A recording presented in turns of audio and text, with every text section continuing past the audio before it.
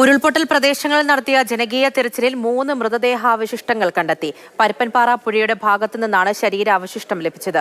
M Kamal വിവരങ്ങളുമായി ചേരുന്നുണ്ട്. കമൽ, ഇത് കൃത്യം ഏത് ഭാഗത്താണ്? അവിടെ നിന്ന് വനമേഖലയൊക്കെയാണല്ലോ. അവിടെ നിന്നും മൃതദേഹ അവശിഷ്ടങ്ങൾ പുറത്തെത്തിക്കാനുള്ള നടപടികൾ അതെങ്ങനെയായിരിക്കും?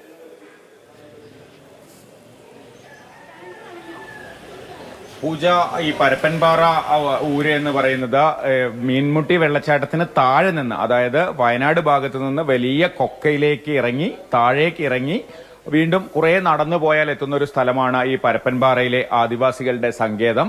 അവിടെ നിന്ന് ആളുകളെയൊക്കെ നേരത്തെ മാറ്റി പാർപ്പിച്ചിരുന്നു. പക്ഷേ അവർ പ്രാക്തന ഗോത്ര വിഭാഗക്കാരും വനവിഭവങ്ങൾ ശേഖരിക്കുന്നവരൊക്കെ ആയതുകൊണ്ട് ഇടയ്ക്കിടയ്ക്ക് അവരവിടെ പോയി താമസിക്കും.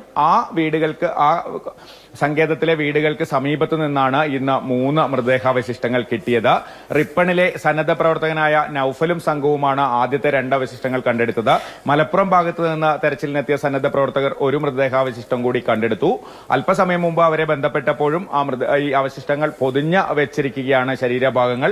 അത് കൊണ്ടുവരാനുള്ള നടപടി ആയിട്ടില്ല. എയർലിഫ്റ്റ് ചെയ്യുമോ എന്ന് അറിയില്ല എന്നാണ് അവർ പറഞ്ഞത്. ഇത് വളരെ ദുർഘടമായ പ്രദേശമാണ്. ഞാൻ പറഞ്ഞതുപോലെ വയനാട് ഭാഗത്ത് നിന്ന് പോവുകയാണെങ്കിൽ ചെങ്കുത്തായ മലയിലൂടെ വലിയ കൊക്കയിലേക്ക് ഇറങ്ങി കുറെ ദൂരം നടന്നു വേണം ഈ പരപ്പൻപാറയിലെത്താൻ. ചാലിയാറിന്റെ കരയാണ്. ആ ഭാഗത്തൊക്കെയാണ് ഇന്ന് ഈ സന്നദ്ധ പ്രവർത്തകർ തെരച്ചിൽ നടത്തുന്നത്.